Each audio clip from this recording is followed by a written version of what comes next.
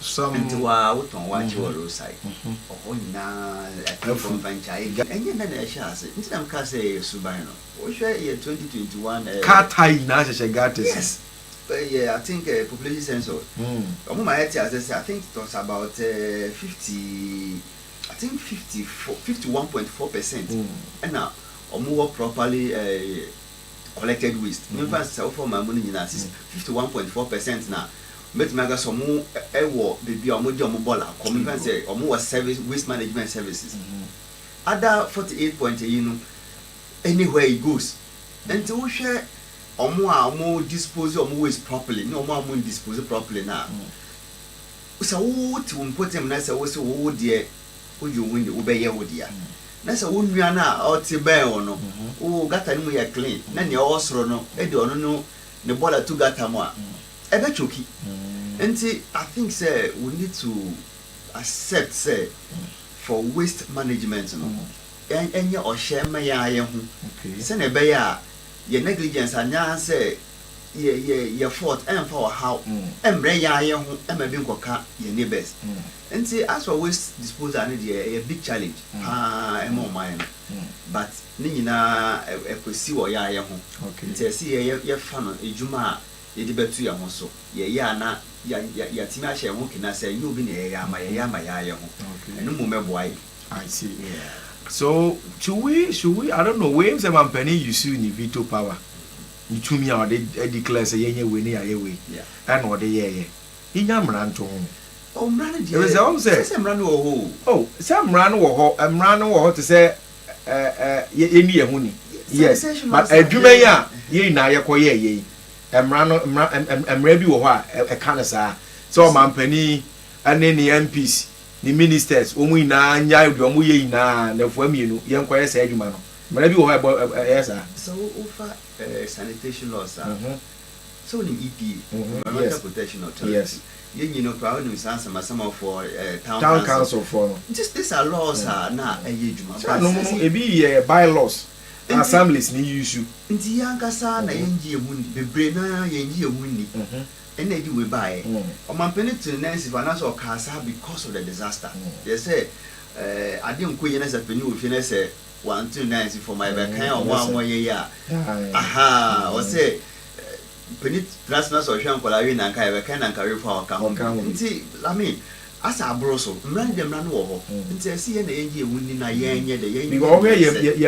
Your sanitation by laws now Ghana. Don't go on MMDs, you know, bylaws. Woman you should enforce it. No, cleaning the idea.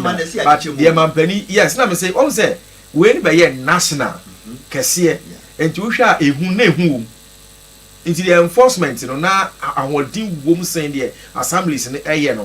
So follow we follow ye in patch say and nam ye see ha disaster na buy and na e ma o man penny two sand mo nka nyina ye hu so man mu na ye gi ehun de so you better respect your bylaws actually mo so we shouldn't wait for any disaster ye twen ha nte see my education e dey e cost more na mo afa na as an offense so man penny se kwana because I mean, this is below the bar because you shouldn't take the precedent. And this is Puna and Kantra will say, if you're not so got an idea with him, if you I mean, this is where common say, my I will say, Sabay weekly cry and your community activity, say maybe every month. I think we even have 2017 normal lunch sanitation. Week or so. I think every month we have. Yes, they don't do it. So, that is the reason why I make us say we be here nationalistic. What we say on my money now? MMDS they don't do it. And yes, I'm running. You run them run over, but yet me move on na yenye money. And say we enye phantom man say ye jaja ya ho a this AC John Tech we so as SCB we don't know what will happen next. And say they shouldn't take it as an offense. Man, yes, say your man penny theater of foundation now.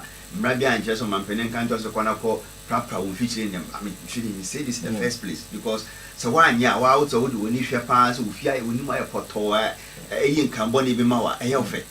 And say, I think, say, disaster now, man penny, I take a decision via office is necessary to be taken at that time. And take it too long. you better train because June 30 see we didn't do anything. Yeah, we say see. Yet now we in Susu Nipa wo. I think so far over 20. Nipa kopa. You see, ye hunu na man do bad Nipa ko. And this wouldn't be in soon the almost this year better. We don't even know. You see the answer a breaking kakrenja. I don't know what you need. I say Bobo no. June 30 when I knew so wherever. So it's a better 2, 3 or even 10 years cry. I say and say yeah. You will still go back to where what has happened. You see, and the best time to me is you. And I say, your bomb and penny about so say what my take is a decision. Now, say no, or no, a bed does no. Or more would join hands I to me see at various places, you know. So, when you say, oh, drive your crowd, so when you master, I come up. Yeah, and my penny, I say a bonabasso, why are they? Not my phone, so. Yeah, buy no. I mean, I think it also did well. And I, we the last one we something continuous. Every fun every month to cry now. Yeah, I even big a crowd because by 1 month time, I mean, yes, sure say a best science feed send you know. Say no continuously. And to me, what no. And pilot is a senior, a pilot and see a man in some continuous activity. Yeah, with me, there 2 years, so like you put him back yeah. All right, it's energy someone no. That's one we do. So the next conversation then can NP before election on Koya. It's you to need be a born name when you are there. But we may do in team in person will be one assembly how will be. But why didn't I am yes, I'm more election just constituency needs any man still now as I issue the AC. I know you're coming out. Man, I said, didn't like Muyanis. I am before you come out. That's also young election as I know, sir. It's a group. Oh, now what to say, I election and this election, I will be a booby to a true do that this kind. You see, and this, you know, the discipline is there, leadership is there. Chairman, I said, won't even go winning you. What's never can I say? You wouldn't mess up, and I said, you're not secretary Fifi, or no, with my way. See, and see, I say, when you cool na. How can you? Where the moon there 2 more because then this mood I will be corn off na huru. They say mood the time also and I'm quite sober. Political parties ni na, but I don't know the reason why. And this is abom ye be moody free moon. And this is and now. Nebesibia no your farmer and whatever mistakes and answer wrongs na your person no just sure say be party bet na I high now we be a sense no and this we don't do that. I don't expect it and you know last week me kai omo wa be election me one of our communicators they share me catch and say every me person Monday e ba bet na ha na ye ka o ma sense obi a so na so ba here we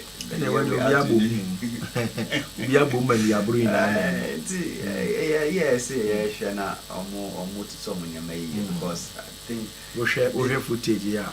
Yeah, I mean, because so bad, like, or no, I think, say, he has demonstrated to the youth, say, obey me a good leader.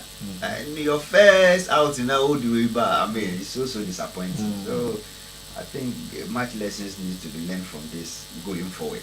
Because any other will be I have party structures in a year week and answer day because Obama Botano English amount from complaints for Bantama be about in other places.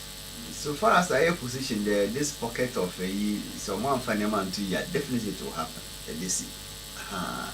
You can't do away this kind of things, but Sepa so be muja in a man dear, I think, and this has moved a bit like a step ahead of that. How far from 2016 before they come to power, and MSC and the Pakunkuri as if on you now, been for more weird. Up to now, someone to me, I'm fine, I'm fine, and still by this time, no more that says I am Maya.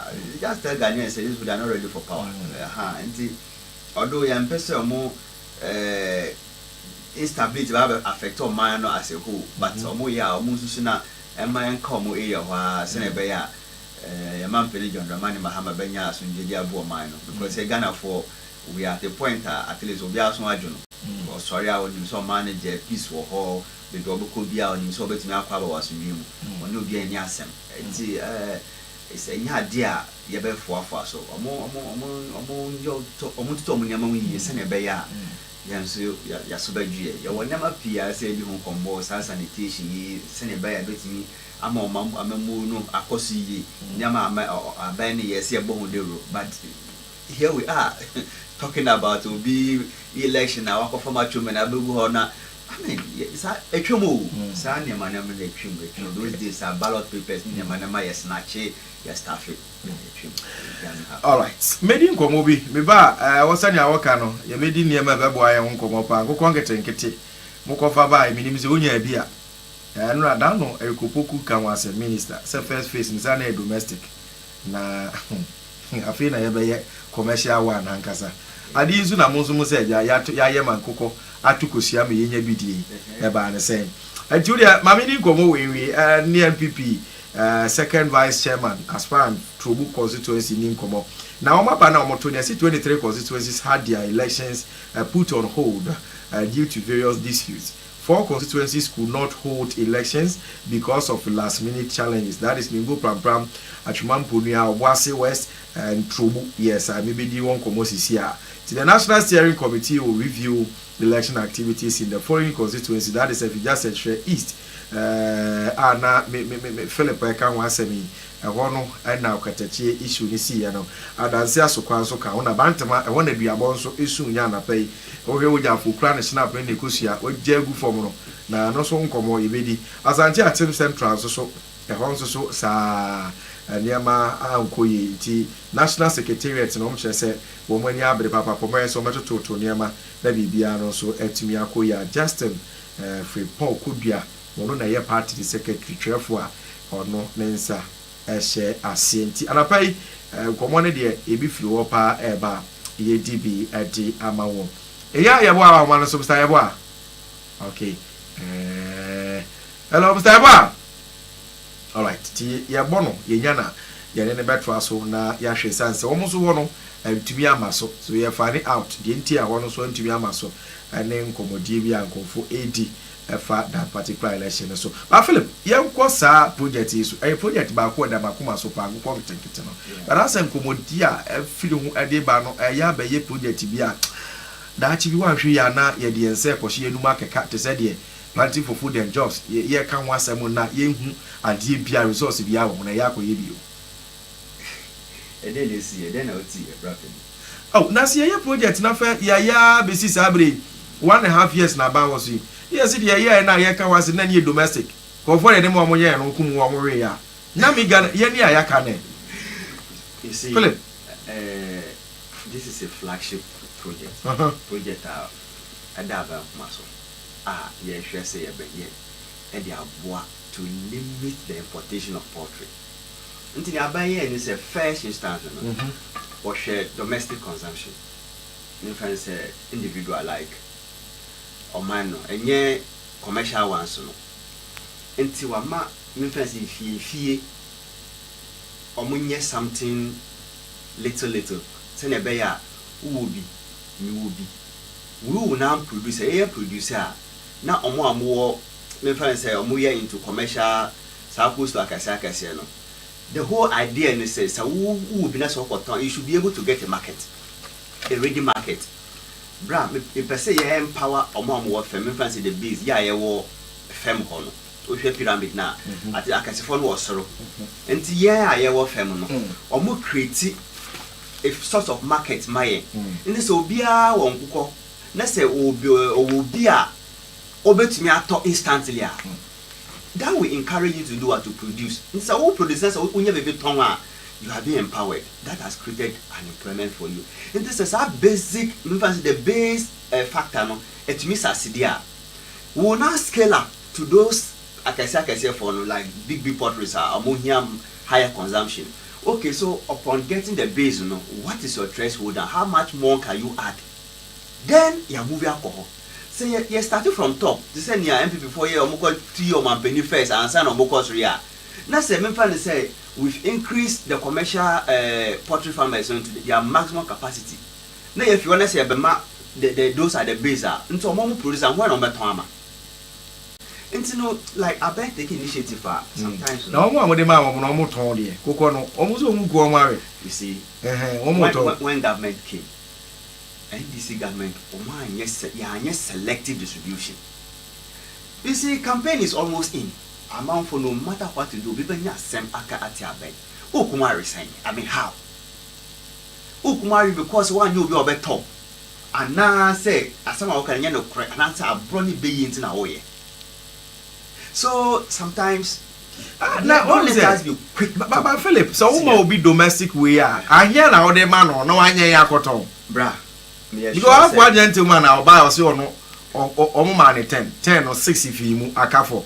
Or say because only him dear father or was saying all kind of natural. Why interview be personally like I interview personal, maybe could comedy trip. Why verification? Oh, and I make you see we are politicians. Let me hear anything. The thing is thriving. Madika I catch your senior the mindset of government. Until you told me. So far away. Oh, this senior okay, will be 10. So, or quote tennis or cotton or marketer. I don't think there should be any record and answer there will be any receipt to show say Hannah cotton. But those who have more than that, from 200, 300, 500 and above, they have where they sell. And so one more into commercial poultry, they always run out of stock, especially when it comes to anyway, because the question is that don't make to cause a breeding ground for corruption. Because at the end say only unim dia it is all the project ebo na project no abeboa Ghana say ya no be unim die number of best I did buy be we na no now the bema e bia wo Philip awon kokko no ankasa no unim die ni ade at the end of the day they said go na be wo government and share am so chichem kwa mo bia people applied, showed interest and showed what it takes to take care of them. Answer no moji. So far I'll take your word, you've interviewed one person. Maybe just maybe it's time to open up.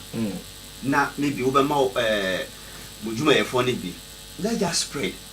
Now you gather a bit of data. When muna omwa insa cars and work at ya, me friends on what send our person like send our person at no. There may be one or two challenges, no doubt about that. I can't run away from it. But I think say the bigger goal to make sure say those at the base are empowered through this poultry farming. It's doing well. And this is more really say the commercial ones taking over by buying from them. That's still we will now be able to weigh the gap, the deficit gap, that one. Then government will now move to that side to fill that gap. What we don't want to do is say, Mr. Area poultry farm, farmer or supplying could say 2,000 per month. But the capacity bet me over 10,000 or bet me supply. So we don't want to give that 10,000 capacity to him. Then we'll now come back to the lower side and be giving the 200, the 500. So we want to wait, know what the local can the base can produce. Then we now upgrade it, or maybe say you migrate to call the upper limit no one. They are sure how much to top up for the commercial ones. You see, and to a mechanic. It was very unfortunate so now importation as what Ngoko. So the introduction of Ngoko get domestic na is Ngoko near Kraba. I think the gap is so huge as we speak. The importation gap is so.